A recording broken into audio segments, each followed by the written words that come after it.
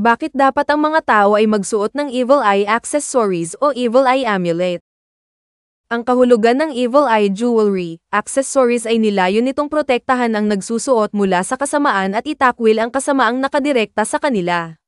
Pagsusuot ng jewelry o accessories na may kasamang simbolo ng Evil Eye ay nagbibigay ng power o kapangyarihan sa nagsusuot, gayon din ng proteksyon laban sa masasamang espiritu o masamang kapalaran, misfortune o bad luck.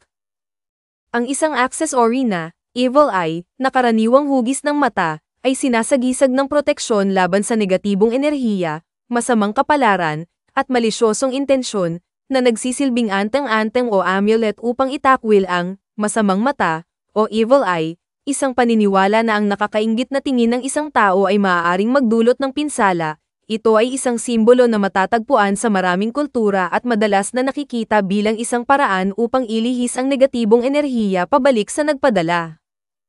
Mga palatandaan ng masamang mata o evil eye signs. Evil eye, totoo ba ito?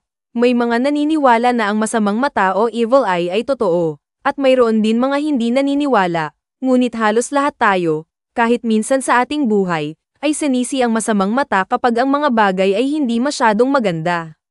Sinasabing ang matinding titig ng isang tao ay maaaring magkaroon ng napakalakas na epekto sa iba. Ito ay karaniwang mga negatibong epekto, malas, bad luck, trouble, gulo o problema, at kasawian o misfortune. Para sa mga naniniwala sa evil eye o masamang mata, ang titig ng mga naiinggit ay talagang may masamang epekto.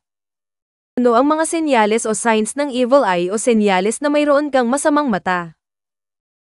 Narito ang ilang karaniwang senyales na sinasabing nagpapahiwatig na ang isang tao ay tumingin sa iyo ng masama o ng evil eye. Hindi inaasahang bad luck o malas, kamalasan o misfortune, mga biglaang problema o hirap sa financial o pananalapi, at mga aksidente, o sakuna.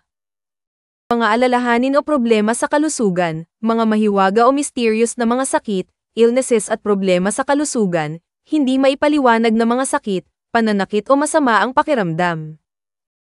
Mga physical, mental at emotional na karamdaman o pagkabalisa, nakakaramdam ng pagod, madilim, o madaling pagkabigo, pagkabalisa, anxiety, pag-aalala, distress o depression ng walang malinaw na rason o dahilan.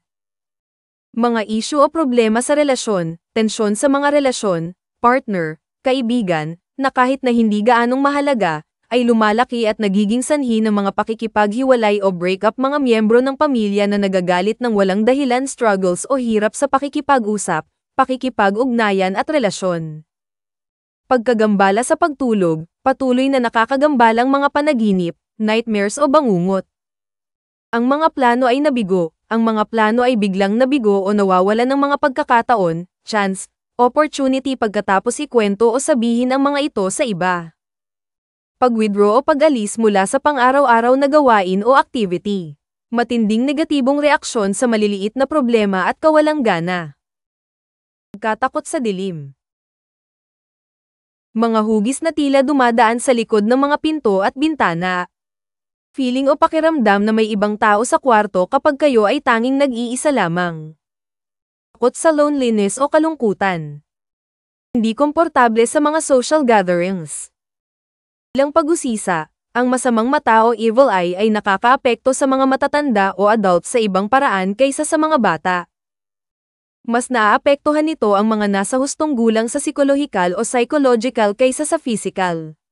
Halimbawa, ang apektadong tao ay maaaring magpakita ng nerbiyos, matinding takot kahit na hindi alam ang sanhi nito, pagkahilo, pagkabigo sa paningin o vision, depresyon, at higit pa.